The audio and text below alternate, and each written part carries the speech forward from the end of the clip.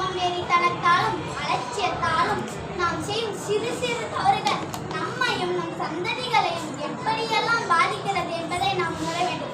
நம் தலைநகரம் மழை பெய்தால் தண்ணீரை மிதக்க காரணம் நாம் அளவுக்கு அதிகமாக நெகிழி பயன்படுத்துவதால் சுற்றுச்சூழல் பாதிப்படைந்து மக்கள் அவதிப்படுகின்றனர். சுற்றுச்சூழல் என்பது காடுகள்,